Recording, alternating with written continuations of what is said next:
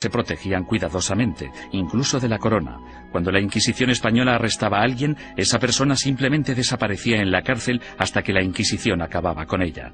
Los familiares y amigos quedaban a la espera, llenos de preocupación y sin poder ayudar. Los españoles convirtieron este hecho en un verdadero fetiche. El secreto. Me refiero a que este era uno de sus principios fundamentales. La creencia de que el prestigio de la institución dependía en gran medida de la capacidad de mantener intacto el secretismo. Para los acusados, la naturaleza surrealista y casi arbitraria del proceso generaba terror.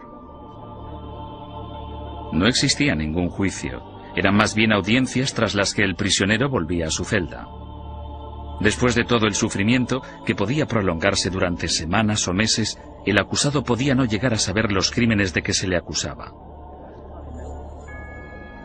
Se le exigía constantemente, a veces bajo amenazas de muerte, que confesara. El acusado tenía que inventar explicaciones sin saber la naturaleza de la denuncia que se había interpuesto contra él. Y esto, a menudo, llevaba al encarcelamiento masivo de prisioneros que se negaban a confesar, porque creían que no tenían nada que confesar, y probablemente tenían razón. El 15 de septiembre de 1485, algunos conversos furiosos decidieron tomarse la justicia por su mano. Como inquisidor, Pedro Arbués se arrodilló delante del altar de la Catedral de Zaragoza. 8 asesinos le atacaron con cuchillos.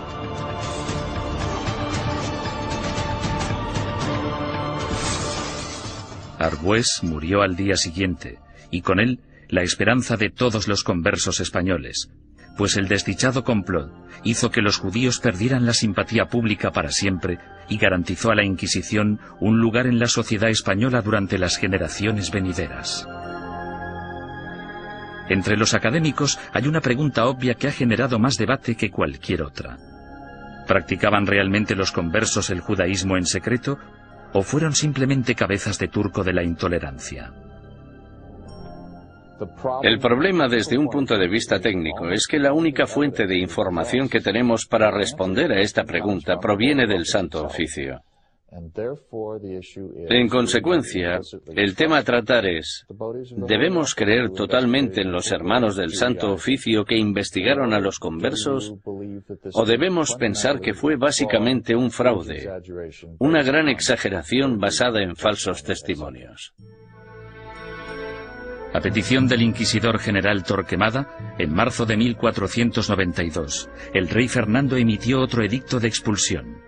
Se daba a los judíos 4 meses para aceptar el bautismo o abandonar España. Durante los meses siguientes, casi la mitad de la población judía de España, unas 40.000 personas, abandonó el país. Los demás se quedaron y se convirtieron al cristianismo. Simplemente cayeron en la misma trampa que habían tendido a sus antepasados judíos hacía 100 años. Por tanto, los judíos no ganaban nada convirtiéndose. La situación social no cambió en ningún sentido. Solo podía ir a peor para la gente de origen judío. No lloréis a vuestra partida, pues vosotros tenéis que beber vuestra propia muerte de un sorbo, mientras que nosotros tenemos que quedar atrás, entre esta gente malvada, recibiendo la muerte de ellos cada día. Juan de León, judío español converso.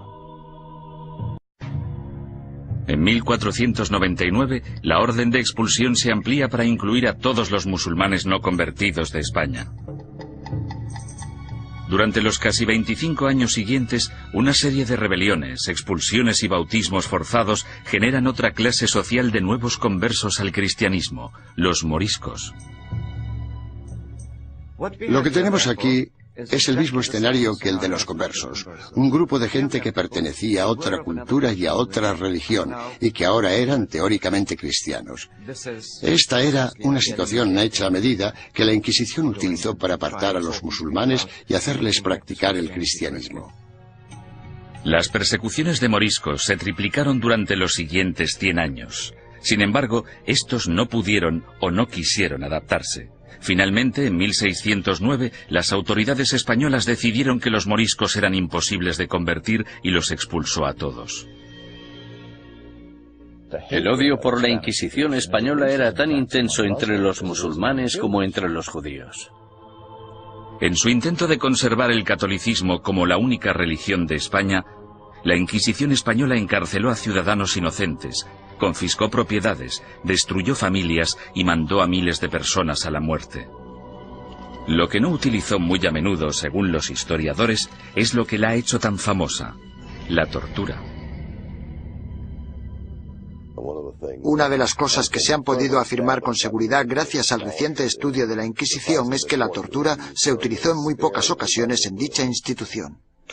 La tortura se utilizaba única y exclusivamente para sonsacar la confesión, y una vez se había conseguido, la tortura cesaba.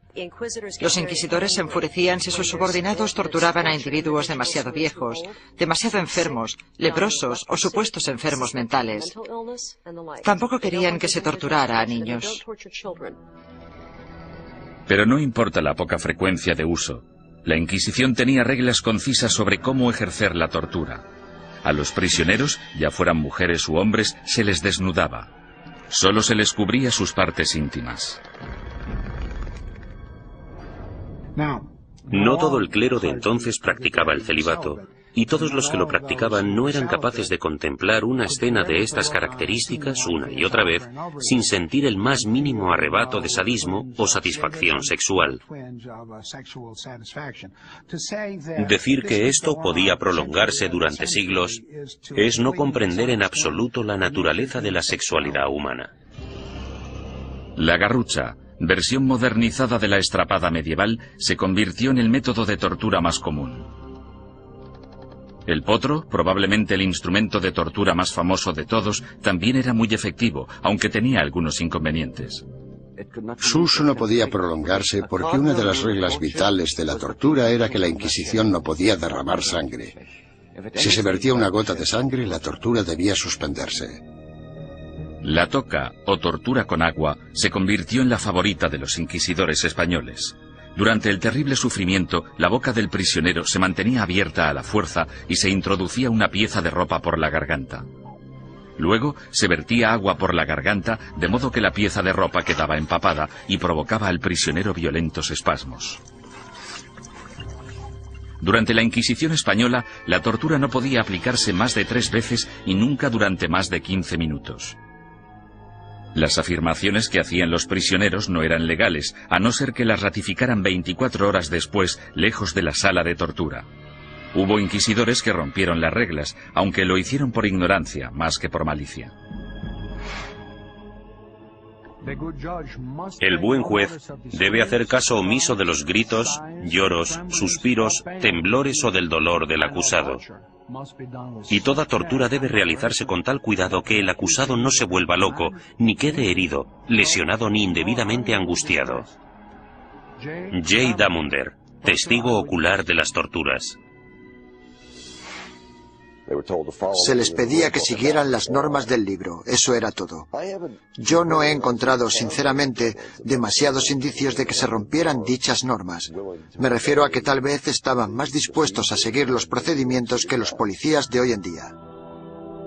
La Inquisición española realizó algunas innovaciones en el área del castigo. La cruz amarilla que llevaban los herejes medievales en sus vestimentas evolucionó hasta un atuendo llamado San Benito.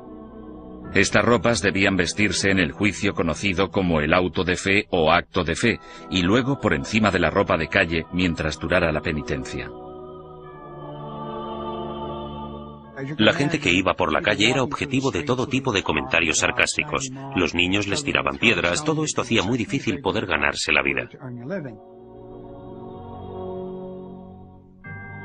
Ni tan siquiera la muerte liberaba al hereje de la vergüenza.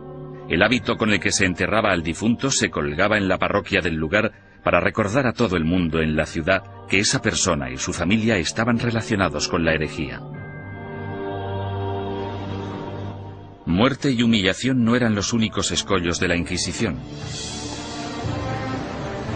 Uno de sus castigos más temidos era convertirse en esclavo en las galeras españolas. Se cree que este castigo fue invención del mismísimo rey Fernando. No tenía nada que ver con la religión, la herejía ni cualquier otra cosa. Pero el rey Fernando se percató de que mucha de esta gente estaba siendo castigada con penas del todo inútiles.